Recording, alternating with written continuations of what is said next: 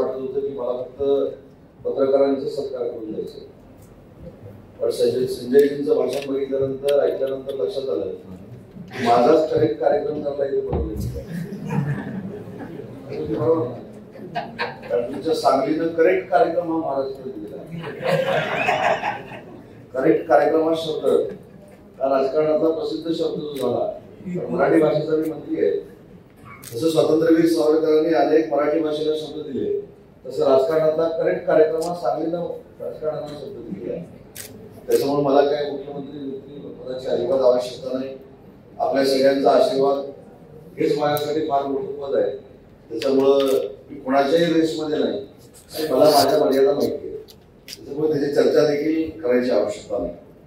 परंतु आजच्या कार्यक्रमाला उपस्थित राहिल्यानंतर मला मनस्वी आनंद झाला की माझ्या हस्ते मला पत्रकार बांधवांचा सत्कार करता आला, काही उद्योजकांचा सत्कार करता आला.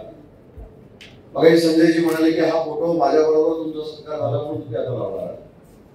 तरी माझ्या फोटोग्राफरला सांगून ठेवलेलं आहे की सत्कार मूर्ती एवढी महान आहे की तुमचे सगळ्यांचे फोटो माझ्याबरोबरचे मला माझ्या ऑफिसमध्ये लावायचे. त्याच्यामुळं तुमचा सत्कार केल्यामुळे सत्काराची उंची वाढलेली आहे. राजकारणामध्ये आमचे अनेक सत्कार होतात, कधी कधी तर आमचा सत्कार आम्हीच करून घेतो, हे देखील आपल्या सगळ्यांना माहिती आहे.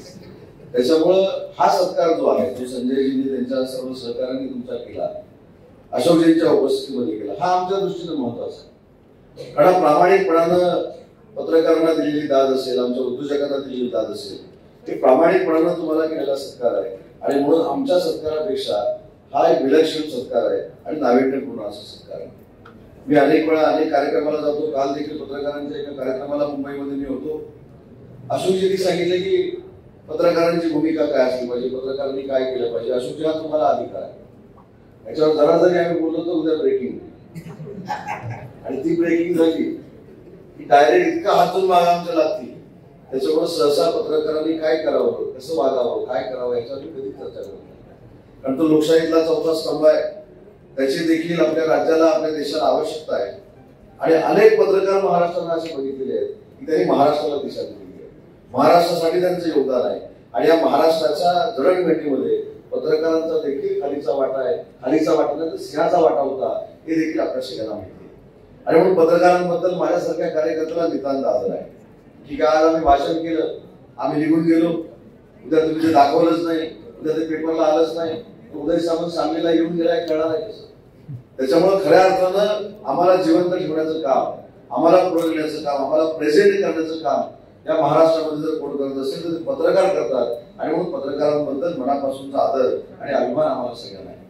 मी ज्या भागात येतो, मी ज्या कोकण भागात येतो, तो रत्नागिरी जिल्हा पहिल्यांदा एकत्र होता. रत्नागिरी आणि सिंधुदुर्ग जिल्हा, सिंधुदुर्ग जिल्हा नंतर विभागला गेला, पण रत्नागिरी हा पूर्ण जिल्हा होता. ज्या जिल्ह्याचं मी नेतृत्व करतो, ज्या जिल्ह्यात मी निवडून येतो, माझी जन्मभूमी सिंधुदुर्ग आहे. आणि मला अभिमान आहे, बाळशास्त्री जांभेकर आमच्या सिंधुदुर्ग जिल्ह्याचे होते. बाळशास्त्री जांभेकरांनी पत्रकारितेला खऱ्या अर्थानं ताकद दिली आणि बाळशास्त्री जांभेकरांमुळेच ही पत्रकारिता देशामध्ये, महाराष्ट्रामध्ये उभी राहिली. मला आठवतं एल्फिशन कॉलेजला माझ्या माहितीप्रमाणे बाळशास्त्री जांभेकर शिकवायचे. मी उच्च व तंत्र शिक्षण विभागाचा मंत्री झाल्यानंतर मी तिथल्या प्राचार्यांना बोलून विचारलं की एक ठराव 12 वर्षापूर्वी झालेला आहे की बाळशास्त्री जांभेकरांचं तैलचित्र एल्फिशन कॉलेजमध्ये लावावं. हे का लावलेलं नाही त्याला कारण काहीच नाही, पण ती प्रतिमा तिथे लावण्यासाठी 12 वर्ष गेली. आणि आज तुम्ही जर एल्फिशन कॉलेजला गेला तर तुम्हाला बाळशास्त्री जांभेकरांचं तैलचित्र एंट्रन्सलाच बघायला मिळतं. आणि एंट्रन्सलाच बाळशास्त्री जांभेकरांची आपल्याला आठवण येते. आणि म्हणून मला आपल्या सगळ्या पत्रकारांना विनंती करायची आहे की तुम्ही महाराष्ट्राच्या जडणघडणीमध्ये पूर्वीपासून होता, आता आधुनिक महाराष्ट्र विकसित होत असताना तुमची भूमिका देखील, मग ते सोशल मीडिया असू दे, इलेक्ट्रॉनिक मीडिया असू दे, युट्यूब चॅनल्स असू दे, वृत्तपत्र असू दे, याच्यात फार मोठी जबाबदारी ही आमच्यापेक्षा देखील तुमच्यावर येऊन पडलेली आहे. आणि तुमची जबाबदारी आहे, आम्ही जर चुकत असू तर आम्हाला दिशा देणं, आम्ही जर चुकत असू तर आम्हाला ठोकणं, ही तुमची जबाबदारी आहे. आणि लोकशाहीचा चौथा स्तंभ म्हणून ज्या स्तंभाकडे आम्ही बघतो त्यांनी सगळं निमूटपणानं सहन करणं हे देखील महाराष्ट्राच्या संस्कृतीला शोभेचं नाही. आणि म्हणून तुमचे जे सत्कार झाले हे माझ्या दृष्टीने अतिशय महत्वाचे आहे. संजयजींनी मराठी भाषेच्या बाबतीमधला या ठिकाणी उल्लेख केला, उद्योग क्षेत्रामधला या ठिकाणी उल्लेख केला. मी ज्या ज्या ठिकाणी जातो मी परदेशामध्ये देखील उद्योगमंत्री झाल्यानंतर जातो, विद्यार्थी इथं जर असतील थांबले असतील तर त्यांना एक माहितीसाठी सांगतो की उद्योगमंत्री झाल्यानंतर मी पहिल्यांदा परदेशात गेलो. मी कधी परदेशात गेलो, उद्योगमंत्री झाल्यानंतर मी गेलो. तसंच आमदार झाल्यानंतर मी पहिल्यांदा विमानात बसलो. मी कधी विमानात, म्हणजे माझी आर्थिक परिस्थिती विमानात बसूच नाही अशी नव्हती, परंतु मला त्याच्याबद्दल काही अट्रॅक्शन नाही. परदेशामध्ये जाण्यामध्ये अट्रॅक्शन आहे, विमानामध्ये बसण्यामध्ये अट्रॅक्शन आहे.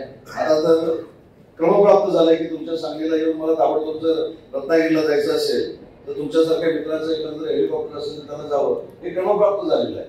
परंतु मला असं वाटतं की विद्यार्थ्यांनी देखील हा थोडाफार अभ्यास करणं गरजेचं आहे की मराठी भाषा म्हणून आपण जेव्हा पुढे जातो, मराठी भाषा म्हणून जेव्हा आपण प्रदेशात जातो, तर आजपर्यंत परदेशाच्या दौऱ्यामध्ये मला मराठी बोलायला कधी लाज वाटली नाही, मला कधी कमीपणा वाटला नाही. आणि ठामपणानं सांगतो की मराठी बोलत बोलतच 15,70,000 कोटीची गुंतवणूक आम्ही महाराष्ट्रामध्ये आणण्यामध्ये यशस्वी आहोत.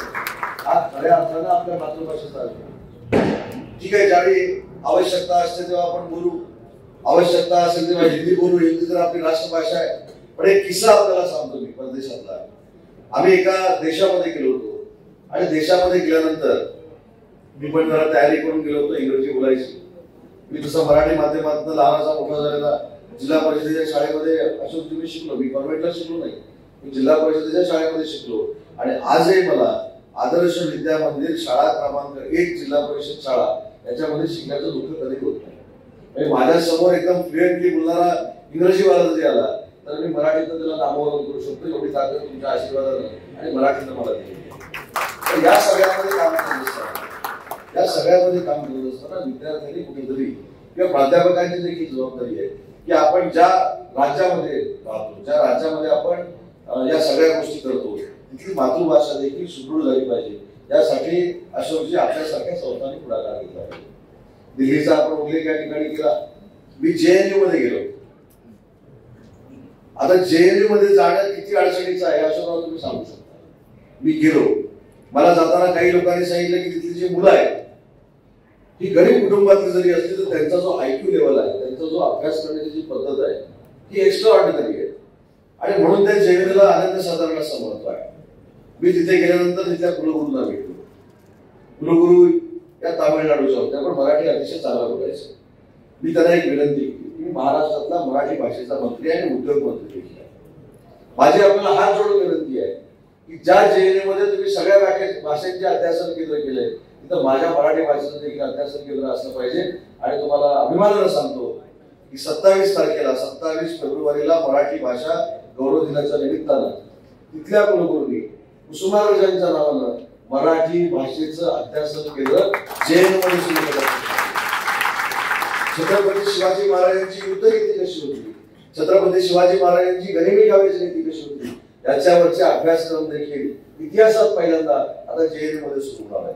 मला असं वाटतं की प्राध्यापकांनी देखील अशा पद्धतीनं पुढे विचार करण्याची आवश्यकता आहे, नाविन्यपूर्ण उपक्रम करण्याची आवश्यकता आहे. आणि जर नाविन्य उपक्रम आपण करत गेलो तर मला असं वाटतं की विद्यार्थ्यांना देखील एक ग्रुप येतो आणि नाविन्यपूर्ण उपक्रमामध्ये ते देखील स्वतःला झोकून देतात.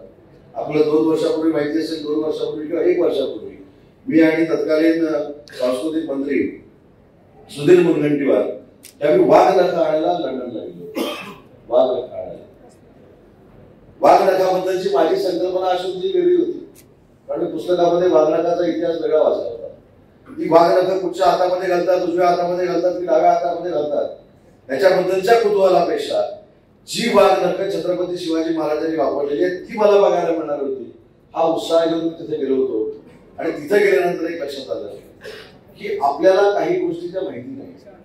आणि मी हे जबाबदारीने सांगतो, आपल्याला ज्या काही गोष्टी माहिती नाहीत त्या चांगल्या माहितीच्या गोष्टी आम्हाला तिथं कळल्या. वाघनख आज देखील मला बोलते दर्शनासाठी ते नागपूरला आहे, साताऱ्यामध्ये होते त्याचा नागपूरला नेली आहे. मला विद्यार्थ्यांना विनंती करायची आहे की वाघनख तुम्ही बघितली पाहिजे. छत्रपती शिवाजी महाराजांचं आम्ही नाव घेतो, छत्रपती संभाजी महाराजांचं आम्ही नाव घेतो, परंतु छत्रपती संभाजी महाराजांचा आम्ही अभ्यास केलाय का, छत्रपती शिवाजी महाराजांचा आम्ही अभ्यास केलाय का, याचं मला असं वाटतं उत्तर हे किती टक्केवारीमध्ये जाईल मला अजिबात माहित नाही. परंतु आपल्या राष्ट्रपुरुषांचा देखील अभ्यास झाला पाहिजे. आणि संजयजी आपण एक उपक्रम सुरू करा असं माझं मत आहे. माझी एक अपेक्षा होती उच्च व तंत्रशिक्षण विभागाचा मंत्री असताना की जेवढे राष्ट्रपुरुष आहेत त्यांची माहिती प्रत्येक विद्यालयातल्या विद्यार्थ्याला असणार, त्याला ते शिक्षण दिलं गेलं पाहिजे. त्याच्यासाठी मी एक वेगळ्या पद्धतीचा उपक्रम देखील राबवणार होतो. आज काय होतंय की आपल्याला आधुनिक जगाला सामोरं जायचंय, आधुनिक जगाला सामोरं जायचंय, मोबाईलचं शस्त्र आपल्या हातामध्ये आहे. त्या सगळ्या गोष्टी करत असताना आपण पूर्वीचं सगळं विसरलोय का, हे देखील आत्मचिंतन आपण सगळ्यांनी केलं पाहिजे. मी एका युनिव्हर्सिटीमध्ये गेलो होतो, युनिव्हर्सिटीचं नाव मी तुम्हाला सांगत नाही, पण त्या युनिव्हर्सिटीला राष्ट्रीय पुरुषाचं नाव दिलेलं होतं. कार्यक्रम असा सुरू झाला, 2-3 हजार विद्यार्थी होते आणि मला गावठी भाषेत कळ काढायची सवय आहे. भाषणामध्ये विचारलं की ज्या राष्ट्रीय पुरुषाचं नाव या विद्यापीठाला दिलेलं आहे त्या राष्ट्रीय पुरुषाबद्दल या 2000 विद्यार्थ्यांपैकी एकाला तरी उठून माझ्याशी संवाद साधावा.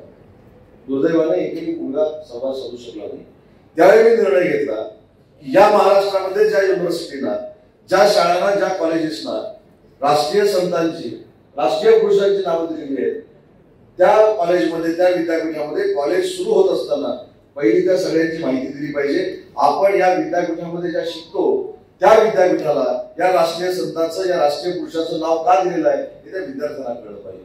आणि असा उपक्रम संजयजी आपण जर सुरू केला तर मला असं वाटतं की महाराष्ट्रामध्ये पहिलं तुमचं कॉलेज असं ठरेल की अशा राष्ट्रीय संतांवर, राष्ट्रीय पुरुषांवर पूर्ण माहिती आपण ग्रामीण भागापर्यंत आणि शहरी भागापर्यंत आपण पोहोचवतो.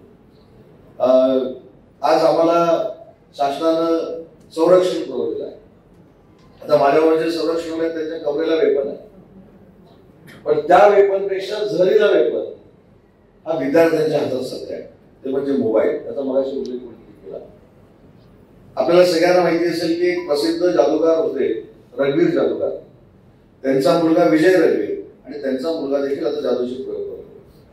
एक 15 दिवसापूर्वी तो मला भेटला होता आणि त्याने मला सांगितले की आता मला हे सगळं बंद करायचं आणि सगळं बंद करून जनजागृती एवढ्यासाठी करायची आहे की तुमच्यासारख्या कॉलेजमध्ये यायचंय, तुमच्यासारख्या कॉलेजमधल्या विद्यार्थ्यांना स्वतःच्या हातामध्ये मोबाईल घेऊन समोर बसवायचा आहे आणि जे विद्यार्थी 5-5, 6-7 तास ऍव्हरेज मोबाईलवर असतात, मोबाईल बघत असतात, त्यांचे ते तास 2 तासावर जरी मी आणू शकलो तरी माझ्या आयुष्यात मी परमभाग्य केलं असं सांगणारे आता निर्माण होत आहे. हे चांगलं आहे की वाईट आहे याचा अभ्यास देखील आपण सगळ्यांनी केला पाहिजे. हा मोबाईल नक्कीच चांगला आहे, पण त्याचा उपयोग आपण किती चांगल्यासाठी करतो, किती वाईटासाठी करतो याचं देखील आत्मपरीक्षण आपण सगळ्यांनी मिळून केलं पाहिजे. आणि म्हणून मला आता असं वाटायला लागलेलं आहे की मोबाईल किती वापरावा याच्यावर आता करिक्युलम निर्माण करावा लागतो की काय, याच्यावर काही अभ्यासक्रमाचं निर्माण करावा लागतो की काय, याच्यामध्ये आपण पुढे येणं गरजेचं आहे. आपण AI कडे निघालोय, आपण IT क्षेत्राकडे निघालोय. मध्ये तर मला आश्चर्य वाटलं, 3 दिवसापूर्वी काही टीका झाली काही नेत्यांवर, त्याची नावं मी घेत नाही, की ते प्रयागराजला गेले नाही, ते काही डुबकी मारायला गेले नाही, ते स्नान करायला गेले नाही. आणि काल मी बघतोय तर सगळे मला डुबकी मारताना दिसत आहेत, फोटो नाही व्हिडिओ. नंतर मी माहिती काढली, अरे बाबा हे तर गेले नाही म्हणून मी काल प्रेस कॉन्फरन्स घेतली. मग माझी प्रेस कॉन्फरन्स ऐकला त्या महाकुंभ संपल्यावर डुबकी मारायला गेले होते काय. मी जेव्हा माहिती काढल्यानंतर मला कळलं की हा सगळा AI चा प्रकार आहे. AI म्हणजे ते जर तुम्ही बघितलं, सिद्धार्थ माझ्यापैकी चांगलं सांगू शकतो की ते जर तुम्ही बघितलं तर साक्षात तोच माणूस तिकडे डुबकी मारून आला असा भास आपल्याला होतो. एवढी टेक्नॉलॉजी आता वाढ झालेली आहे आणि या सगळ्या टेक्नॉलॉजीमध्ये आपल्याला वापरायचं आहे, त्या सगळ्या टेक्नॉलॉजीमध्ये आपल्याला समरस व्हायचंय. पण समरस होत असताना किती समरस व्हायचं, किती त्याच्या आहारी जायचं, किती ऍडिक्ट व्हायचं, हा देखील प्रश्न विद्यार्थ्यांच्या समोर आहे, विद्यार्थ्यांच्या पालकांच्या समोर आता उभा आहे. आणि म्हणून संजयजी मला आनंद आहे की आपण सगळ्यांचा सत्कार केला, उद्योजकांचा सत्कार केला, पत्रकारांचा सत्कार केला, विद्यार्थ्यांचा देखील आपण भविष्याच्या कालावधीमध्ये सत्कार केला पाहिजे. जो विद्यार्थी किंवा जो विद्यार्थिनी सगळ्यात कमी वेळ मोबाईल वापरतो त्याचा नागरिक सत्कार. या कॉम्पिटिशन मध्ये मला असं वाटतं, या कॉम्पिटिशन मध्ये जर तुम्हाला नंबर काढायचे असतील तर जे नंबर काढणार आहे त्यांचे पहिले 8 दिवस मोबाईल काढून घ्यावे. त्याच्यामुळे हा अटॅक आहे, मी असं म्हणतो जसा आपल्याकडे सायबर अटॅक असतो तसा मोबाईलला केलेला आपल्याला आघात आहे, आपला अटॅक आहे. आज आपल्याला त्याची प्रचिती येत नाही, मी काय भविष्यकार नाही, पण भविष्यातल्या संकेतानुसार सांगतो की जितका आपण मोबाईलवर जाऊ तितकी आपली प्रकृती देखील ढासळणार. डॉक्टर साहेब इथं नाही आहे, पण मध्ये एकदा डॉक्टरशी माझी जेव्हा चर्चा झाली तर मोबाईल बघण्यानं होणारे दुष्परिणाम त्यानं मला सांगितले पहिला डोळे बाद. दुसरी महत्वाची गोष्ट त्यांनी सांगितली की या मोबाईलमुळे तुम्ही जे काही अभ्यास करता, तुम्ही जे काही बघता किंवा ज्याच्यावर तुम्ही काही रिसर्च करता, त्याच्यामुळे तुमचं पॅल्पिटेशन कमी जास्त होतं. आणि ते पॅल्पिटेशन कमी जास्त झाल्यामुळे थेट तुमचा हार्टवर परिणाम होतो. हे मला पण माहित नव्हतं. पण हे जर सगळ्या गोष्टी याच्यातनं होणार असतील तर आपण या शस्त्राबरोबर किती वेळ खेळायचं अशी देखील चर्चा अशा स्नेहसंमेलनामधनं होणं आवश्यक आहे असं माझं मत आहे. संजयजी, आज तुमच्या या कॅम्पसमध्ये मी आलो. अतिशय चांगला कॅम्पस मला बघता आला. अनेक उपक्रम तुम्ही या ठिकाणी राबवताय. त्याच्यामध्ये नर्सिंग कॉलेज असेल, बीएड कॉलेज असेल, बीएड कॉलेज असेल, डी फार्म असेल, बी फार्म असेल, इंजिनिअरिंग कॉलेज असेल. या इंजिनिअरिंग कॉलेजच्या बाबतीमध्ये एक प्रयोग केला होता. मी उच्च व तंत्र शिक्षण विभागाचा मंत्री असताना. आज खऱ्या अर्थाने मराठी भाषेचा मंत्री आहे, पण त्यावेळी देशात पहिल्यांदा मातृभाषेतला करिक्युलम आणणारा मंत्री हा उदय सामंत होता. आणि मला अभिमान आहे आजही मराठी भाषेतला बीटेक कोर्स आपल्या महाराष्ट्रामध्ये पिंपरी चिंचवडला चालू आहे. त्याला धाडस केलं, त्या संस्था चालकांना धाडस केलं. संजयजी, खऱ्या अर्थानं मराठीला आपण जर ताकद द्यायची असेल, तुम्ही हा प्रयोग करून बघा. आज बीटेक मध्ये मराठीचा करिक्युलम असणारा बीटेक मध्ये जागा सापडत नाही अशी परिस्थिती पिंपरी चिंचवडमध्ये झालेली आहे. अशा पद्धतीने आपण जर नवीन उपक्रम सुरू केले, मी तर बोली भाषेतनं करिक्युलम आणण्याच्या मनस्थितीमध्ये आहे. माझी भाषा रत्नागिरीची जी बोली भाषा आहे, मालवणची जी बोली भाषा आहे, आणि तो बोली भाषेतला जो डायलॉग आहे तो जेवढा आपल्या डोक्यामध्ये चांगला शिरतो तेवढं शिकवून आपल्या डोक्यामध्ये काही शिरत नाही. म्हणून अशा आमच्या काही संकल्पना मराठी भाषेच्या आहेत त्या घेऊन आम्ही पुढे जातोय. उद्योग विभागाबाबत जर सांगायचं झालं तर विमानतळाचा विषय या ठिकाणी पुन्हा एकदा सांगलीमध्ये आल्यानंतर मला ऐकायला मिळाला, उद्योजकांच्या बाबतीमध्ये ऐकायला मिळाला. तसं बघायला गेलं तर सांगलीनं महाराष्ट्राला मातब्बर नेते दिले. म्हणजे आम्ही सांगलीकडे बघत बघतच मोठे झालो. सांगलीमध्ये सगळ्यात जास्त माझ्या माहितीप्रमाणे या महाराष्ट्रातलं सगळ्यात जास्त नेत्यांचं पोटेन्शियल सांगलीमध्ये होतं. तरी 2024 मध्ये 2025 मध्ये आपल्याला विमानतळाची मागणी करावी लागते. हे तुमचं दुर्दैव आहे की आमचं दुर्दैव आहे मला माहित नाही, परंतु सांगलीच्या विमानतळाबाबत आपण थोडं प्रॅक्टिकल विचार करण्याची आवश्यकता आहे. आज आपल्यापासून 35 किलोमीटरवर 40 किलोमीटरवर इंटरनॅशनल एअरपोर्ट कोल्हापूरच्या नावानं झालेलं आहे. ज्या जागेवर मी आता आलो, त्या जागेवर मी आता लँड झालो, ती जागा आपण विमानतळासाठी मागताय. परंतु विमानतळ करावं म्हणून करूया नको, तर त्याची धावपट्टी किती मीटरची असली पाहिजे, त्या धावपट्टीची विड्थ किती असली पाहिजे, पुढचं विमान तिथे लँड झालं पाहिजे. आणि या देशाला तुमच्या सांगलीच्या एका उद्योजकानं स्वतःची धावपट्टी कशी असते दाखवून दिली. त्याच्यामुळे असा परंपरा असलेला तुमचा जिल्हा आहे. परंतु तुमची मागणी आहे, माझी मागणी आहे, तुमची मागणी आहे, म्हणून जर आपण विमानतळ करायला गेलो तर त्या विमानतळाची परिस्थिती सिंधुदुर्गातल्या विमानतळासारखी. आज सिंधुदुर्गाचं विमानतळ मी पालकमंत्री असताना त्याचं आम्ही उद्घाटन केलं, पण आज दुर्दैवानं सांगतो की 3 दिवस अडकून एक विमान सुरू होतं. हे कशामुळे झालं तर त्याच्या बाजूला जी तुमची परिस्थिती आहे तीच चिपी एअरपोर्टची परिस्थिती आहे.